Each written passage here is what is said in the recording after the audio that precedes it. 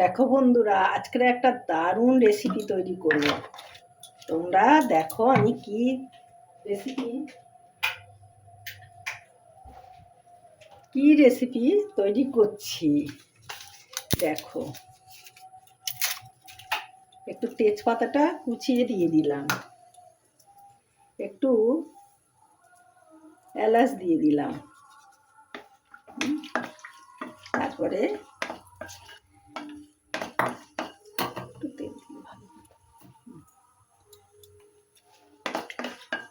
দিয়ে দিলাম সিমুই।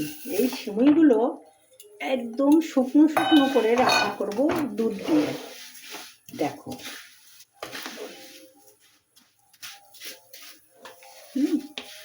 আমি আস্তে আস্তে ভাজতে থাকি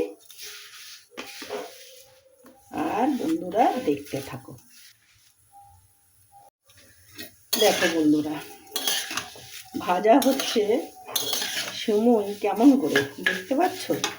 এবারে এর মধ্যেও আমরা, নিচেই তেল আছে, এর মধ্যে আমরা বাদাম আর কিশমিশটা দিয়ে দিলাম, বুঝলে বন্ধুরা? তারপরে এটা একটু ভেজে ভেজে নেব। তারপরে দেব এর মধ্যে চিনি, অনেক দেবো না, অল্পই দেবো চিনি। বেশি মিষ্টি হলে ভালো লাগে না খেতে, ওই জন্য তো বাড়িতেই তৈরি করছি আস্তে আস্তে করে। দেখো, কালারটা সম্পূর্ণ চেঞ্জ হয়ে যাচ্ছে। এইবারে এর মধ্যে আমি দুধ দিয়ে দেবো। দেখো, এই যে আমি দুধ দিয়ে দিই।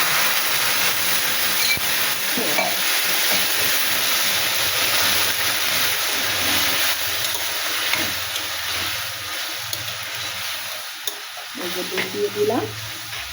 এবারে এরা আস্তে আস্তে হতে থাকবে। গ্যাসটা একটু কমানো থাকবে, কারণ এটা সিদ্ধ হওয়ার ব্যাপারও আছে, এই জন্য আস্তে আস্তে এটা ফুটতে থাকো। একটু ঢেকে দেব। দেখো বন্ধুরা, এই ঢেকে রেখেছিলাম, গ্যাস কমিয়ে দিয়ে একদম শুকনো শুকনো হয়ে গেছে।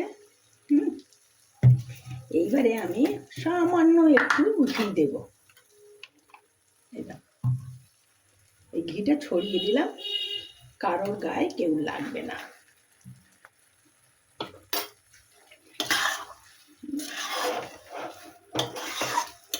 গ্যাসটা বন্ধ করে দেব। গ্যাসটা বন্ধ করে দিলাম, একটু সময় ঢেকে রাখলাম। দেখো বন্ধুরা, সিমুই হয়ে গেছে, দুধ সিমুই। দেখো, একদম শুকনো শুকনো, দেখতে থাকো। একদম, এই দেখো, পরিবেশনের জন্য রেডি হয়ে গেছে। তোমাদের যদি এই রেসিপিটা পছন্দ হয় তাহলে একবার লাইক কমেন্ট করো। টাটা বন্ধুরা, তোমরা সবাই ভালো থেকো।